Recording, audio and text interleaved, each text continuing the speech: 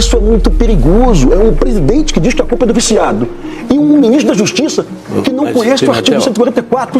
Isso é um perigo que você não imagina. Mas duas questões. Bom, primeiro é a obrigação de dizer que na frase seguinte, aliás, na hora seguinte, o presidente disse que foi uma frase mal colocada. Ele se explicou com os usuários. Mas é o entendimento de quem não sabe que o tráfico hoje não sobrevive de uma coisa para dizer que o presidente depois se corrigiu logo em seguida. Não, tudo bem, mas falou uma grande besteira, uma grande irracionalidade, e a gente tem que ter coragem de dizer isso. Porque ele conduz a política do Brasil, tá? Isso, não tem dúvida, mas precisamos também dizer que ele desmentiu depois, só para ficar claro. Não, hein? Ele falou que não disse aquilo, foi uma frase. Ele não disse, pelo amor de Deus. Ele disse que foi uma frase, vamos dizer o que ele falou. Pimentel, como é que você classifica essa operação, como é que você define essa operação que repercutiu no mundo inteiro, no Rio de Janeiro, no complexo de favelas da Penha e do Alemão? Certamente foi a maior ação contra o Comando Vermelho na história do Rio de Janeiro, um prejuízo para essa facção de terroristas, né? Eu não chamo de sucesso, logicamente, em função da questão da morte dos camaradas policiais, do BOP e da Polícia Civil, mas do que se refere a impacto na facção e também na tentativa de se recuperar o território, é um sucesso sim. Foram várias lideranças presas, mortas, centenas de fuzis que matariam pessoas recolhidos e apreendidos. Então, o impacto dessa operação nós vamos perceber ao longo dos próximos meses. No que se refere à redução das invasões às favelas rivais, isso é redução de morte, a redução do roubo no entorno do Complexo do Alemão, porque a facção está enfraquecida, mas eu lamento que o complexo não esteja ocupado hoje por forças federais, porque deveríamos ter um aproveitamento do êxito. O presidente Luiz Inácio Lula da Silva deveria oferecer uma força federal, nível brigada, 3 mil homens, para ocupar o Complexo do Alemão, para que daqui a 120 dias a Polícia Civil, o BOP, não fossem obrigados a retornar naquele bunker, né, para tentar prender de novo essas lideranças que espalham o terror pelo Brasil. Pimentel, de fato, o bom senso, até sem conhecimento técnico, sugere que depois desse resultado que se conseguiu ali, uma ocupação das forças do governo, seja estadual, seja federal e tal, seria o passo seguinte. Esse passo poderia ser dado só pela Polícia Estadual ou ela sozinha não poderia fazer isso? Outra pergunta, já não chegamos ao ponto em que está muito claro que só a Polícia Estadual é pouco para enfrentar toda essa força que está criada ali naquelas regiões? Não se trata mais, Fernando, de polícia e ladrão. Se trata de um conflito armado não internacional. É uma verdadeira guerra civil, mas o termo técnico hoje seria um conflito armado não internacional. Guerra irregular. É uma guerra irregular, onde bandidos, num nível de combate de intensidade, média intensidade, né, com muitos fuzis, tomam o controle de um território por 2 décadas, 20 anos, afrontam o poder estatal, o Estado Democrático de Direito, fazem os moradores de reféns, impõem uma ditadura local. Então, em qualquer lugar do mundo, em Burkina Faso, na Nigéria, ou mesmo no Haiti, onde o general conhece muito bem, isso seria um conflito armado não internacional, onde, inclusive, teríamos forças da ONU de imposição da paz. Para muitos brasileiros, isso é banditismo. E a gente compreender essa questão como questão de banditismo, fica bem difícil combater. Lembrando que o Exército Brasileiro, de uma forma espetacular, ocupou o Complexo do Alemão em 2010. A 9ª Brigada de Infantaria do Exército Brasileiro, o Regimento Sampaio, durante 19 meses, 0 homicídios. Governo Dilma, né? Governo Dilma. Tudo era diferente no governo Dilma. No governo Dilma, o PT emprestava os blindados. No governo Dilma, o PT atendia os pedidos do Cabral. Mas a questão é tão política, mas tão política, que muda tudo em função do governador do Estado. Essa é uma grande realidade, a gente não pode... É só lembrar, Fernando, como os blindados da Marinha, em 2010, chegaram com tanta velocidade. O Cabral pegou o telefone e ligou para o Lula. Não teve AGU, não teve parecer da AGU, não teve burocracia nenhuma, não teve GLO, inclusive. Em pouquíssimo tempo, os blindados da Marinha estavam ali para proteger a vida dos policiais. Se os blindados estivessem hoje, certamente os policiais civis estavam vivos hoje conosco aqui. Porque o blindado protege o policial e também reduz o ímpeto de enfrentamento do bandido. Foi uma grande covardia do governo federal, porque foi solicitado, sim, militares do Rio de Janeiro foram ao Ministério da Defesa em janeiro, tiveram reuniões com generais e a resposta foi: precisamos de um parecer da AGU. E o Lula não vai emprestar, e ponto final. Isso é covarde. Eu acho que as pessoas não pensaram nas vidas mas humanas. Pimentel, tem uma norma. Tem uma norma que impede isso, a não ser que haja um pedido formal, e, se não me engano, incluído do GLO. A norma foi rasgada quando o Lula emprestou para o Cabral. Entendi. Existe camaradagem e política. A norma, verdadeiramente, eu não acredito que exista, não. Agora, Pimentel, quando a gente fala do cenário ali do Rio de Janeiro, especialmente desses complexos, você falou da politização da segurança, né? Seja no Rio, seja fora do Rio. Nesse caso, as forças, o pedido acontecendo, GLO, ou mesmo uma intervenção, o que seria a solução para o cenário hoje no Rio de Janeiro? A gente falou da integração, mas só isso resolveria? Eu conversei com o coronel Robson Rodrigues e ele falou assim, olha, estão tratando do visível, tem que aprofundar mais. É isso? O Exército Brasileiro ocupou o Alemão em 2011, como eu falei para o senhor, e também, Thaís, e o Exército Brasileiro ficou lá 19 meses, mas não conseguiu mandados de busca e apreensão para recolher os fuzis escondidos em casas, em paióis, né?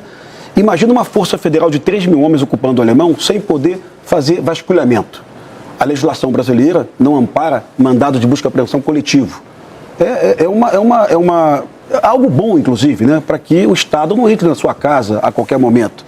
Mas para combater o Comando Vermelho, isso não funciona mais. O Exército Brasileiro deveria ter saído do Alemão em 2012 com centenas, quem sabe milhares de fuzis apreendidos. Mas todo o pedido do Exército Brasileiro à época para realizar a busca e a apreensão, os juízes não expediam o tal mandado em função da própria lei, não é porque o juiz estava de má vontade, não. A questão que o coronel Robson deve ter falado, Thaís, é que não dá para combater essa insurgência, essa guerra civil óbvia, sem uma legislação específica extraordinária. Eu não estou falando para rasgar a Constituição, não. Eu estou sugerindo que legisladores, deputados, senadores, governadores, cheguem para o Lewandowski e olha, isso aqui não está funcionando. Isso aqui não funciona, não contra essa modalidade. Como enfrentar na prática, numa operação, como a gente viu nos últimos dias, mas também como enfrentar através da inteligência para evitar que esses fuzis cheguem. Vários deles não eram nem aqui do território brasileiro. Deixa eu ouvir primeiro aqui, secretário Pimentel, que está aqui na bancada. Vai lá, é sempre bom ouvir o doutor Felipe Cury, viu? É muito conhecimento, né?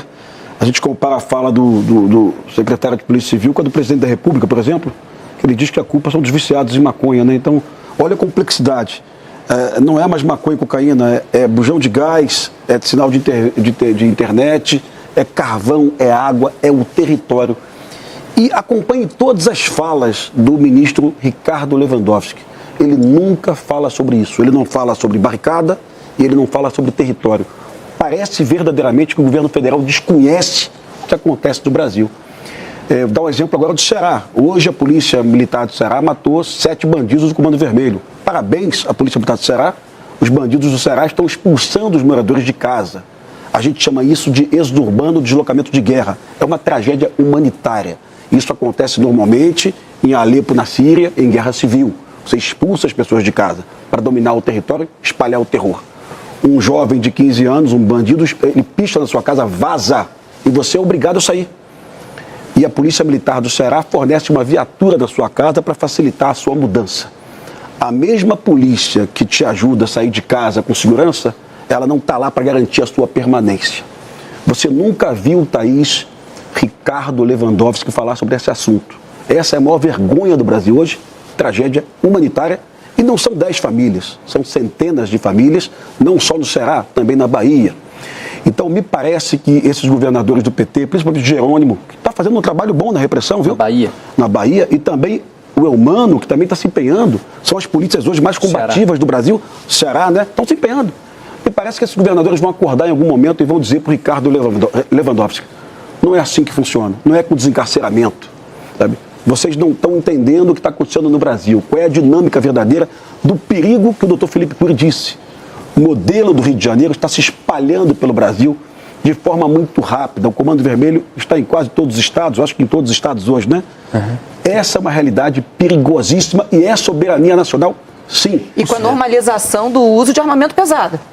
Thaís, o drone no mundo, todo mundo acha que a primeira guerra que ele foi usado foi no conflito do Azerbaijão com a Armênia. Muita gente acha que foi na guerra da Ucrânia com a Rússia. A primeira utilização de drone em combate no mundo foi o 3º Comando invadindo a Cidade Alta, Comando Vermelho, em 2017. Foram 12 drones usados pelo Peixão para identificar as posições. Aquilo deveria dar um sinal para a gente. Lembrando que a pista do aeroporto do Galeão fica muito próximo do Complexo do Alemão. Uma ação de terror no Galeão é razoável, é possível. Lembra que em 2002 o Comando Vermelho, na gestão da Benedita da Silva, atacou 5 escolas municipais, metralhou a fachada, atacou o Palácio Guanabara, colocou uma bomba no Shopping Rio Sul. Você lembra de tudo isso? Sim. Naquela época, lideranças da esquerda no Brasil afirmavam categoricamente que aquilo era terrorismo. Hoje mudou tudo. E no governo da Benedita, o número de mortes. Sim, até peço... Parece que foi, não tenho certeza, estou te perguntando. Foi sim. Maior do que agora, do governo Cláudio? O dado do ISP, eu até informei esse dado errado e vou corrigir, porque eu tenho obrigação de corrigir. Porque eu tenho 2 dados distintos, ISP e DataSUS. Eu utilizei o dado que não era do ISP. O dado do ISP foram 900 mortes no ano de 2002. Muito superior à gestão do governador Cláudio Castro. São 600 agora? Foram 669. E muito superior também à gestão do Antônio Garotinho, que passou o governo para ela. Então, diferente do que a Benedita disse numa coletiva, que a polícia dela planejava e não matava, nenhum jornalista, lamentavelmente, levantou a mão e disse para ela, olha, calma aí, não é o que diz a Folha de São Paulo aqui. A Folha de São Paulo, em 2002, a matéria disse que o seu governo foi o que mais matou civis. Mas, infelizmente, alguns jornalistas não estão se aprofundando no tema. Assim como, Thaís, um belo dia o Ricardo Lewandowski disse numa coletiva que segurança pública é obrigação exclusiva dos governadores. Ele disse isso e você pode checar. Bom, pega o artigo 144 da Constituição Federal. É obrigação e dever de todos. O governador não conhece, o Lewandowski, que foi ministro do STF, não conhece a Constituição Federal. Isso é muito perigoso. É um presidente que diz que a culpa é do viciado. E um ministro da Justiça que não conhece o artigo 144. Isso é um perigo que você não imagina. Mas 2 questões. Bom, primeiro é a obrigação dizer que na frase seguinte, aliás, na hora seguinte, o presidente disse que foi uma frase mal colocada. Ele se explicou isso. Os usuários. Perfeito. Então é bom dizer isso. É bom por uma questão objetiva. Perfeito. Tá bom. Perfeito. Era uma questão com a Venezuela, né? Mas é o entendimento de quem não sabe que o tráfico hoje não sobrevive de maconha e cocaína. Dizer que o presidente depois se corrigiu logo em seguida. Não, tudo bem, mas falou uma grande besteira, uma grande irracionalidade, e a gente tem que ter coragem de dizer isso. Porque ele conduz a política do Brasil, tá? Isso, não tem dúvida. Mas precisamos também dizer que ele desmentiu depois, só para ficar claro. Não, hein? Ele falou que não disse aquilo. Foi uma frase, ele não disse, pelo amor de Deus. Ele disse que foi uma frase, vamos dizer o que ele falou. Foi uma frase mal colocada. Tá bom. E é isso, ele se explicou. É só para deixar claro. Mas, talvez pressionado pela mídia, viu? Eu não sei, mas a mídia está aí para isso, para pressionar mesmo. Tá bem. Mas talvez o pensamento dele realmente ache que a culpa é do maconheiro, né? Não, mas tudo bem, mas ok. Só para ficar claro. Mas a questão é a seguinte: como enfrentar esses grupos organizados, que hoje não são grupos organizados, é uma grande força organizada que tem uma presença militar importantíssima, muito bem organizada, né, muito bem disciplinada, inclusive no sentido nacional e no sentido internacional. Sim. E sem que haja uma coordenação, como disse o general Santos Cruz, comandada pelo governo federal. É claro, essa é a expectativa. Eu pergunto a você, Pimentel, o Lewandowski e o Cláudio, o governador, se entenderam aí segunda-feira ou terça e tal, e fizeram anunciaram uma força-tarefa e um escritório para combater. Isso pode ser um primeiro passo. Você acredita nisso? Você concorda com o general que tem que ser o governo federal que esteja no comando? Concordo totalmente. O governo federal tem mais recursos, tem mais equipamentos, tem mais inteligência, tem o COAF, tem a Receita Federal. O governo federal tem muitas ferramentas que funcionaram, inclusive, e eu tenho que aplaudir, na questão da carbono, né? A gente tem que dizer isso verdadeiramente, né? Uma operação de Operação Carbono, que eu tenho certeza que foi uma iniciativa muito boa do Ministério da Justiça. Mas, lembrando, o general Santos Cruz, ele fala muito de coordenação, não que ele coloque de lado a questão da legislação, não que ele coloque de lado, mas não se combate mais, é impossível manter um bandido de fuzil na cadeia durante 12 meses. Eu conto um fato num podcast, e não é uma brincadeira, não é uma história inventada. Eu prendi um bandido no Falé com um fuzil G3 762, 11 meses depois eu estava na praia, ele estava do meu lado. Eu não acreditava, eu achei que ele tivesse fugido da cadeia. Essa é a realidade do Brasil hoje e todos os governadores estaduais sabem disso. Não dá para enfrentar Comando Vermelho mantendo um bandido na cadeia durante 12 meses. Essa é uma verdade. O que nós temos, na verdade, é um poder absolutamente consolidado numa região do Rio de Janeiro, um controle de território há mais de 20 anos, se não me engano, eles estão controlando aquilo lá. Talvez 30 anos. Talvez 30 anos, então é uma loucura. Na verdade, a expressão do secretário é uma subsoberania, né? São micro-soberanias espalhadas ali. Então trata-se de fato de uma guerra irregular.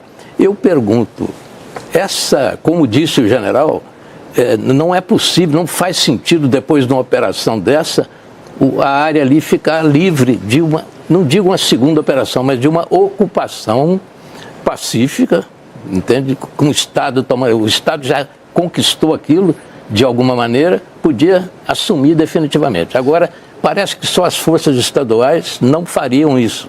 E essa é a minha pergunta. A possibilidade de um trabalho conjunto com a União não está começando a ficar claro? O senhor não acredita nisso? Essa é a minha pergunta, porque eu não vejo, como o general não vê, outro caminho, não tem outro caminho senão um trabalho integrado de combate ao crime, que já é muito mais do que um crime de droga, é muito mais do que isso, tem uma questão de poder aí, tem uma questão de poder. Então essa é a minha pergunta. Até a médio e longo prazo, né? Porque a gente já viu o PP ocupando e depois abandonando esses territórios. Mas nós temos o exemplo de, no governo Dilma, estiveram lá durante, acho que 8 meses, 9, não, foram 19 meses. Sem homicídios. Não teve um homicídio. Então é isso, isso me impressiona.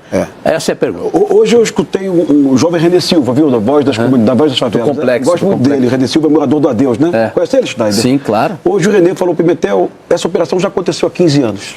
Há 15 anos nós já vimos essa operação. E o Exército Brasileiro ficou lá, ninguém morreu, o Exército saiu, o bandido voltou. E o general falou, deixou claro também, não vimos investimentos verdadeiros de esporte, lazer e cultura, e não é papo de esquerda, isso é efetivo, a gente sabe que isso resgata o jovem.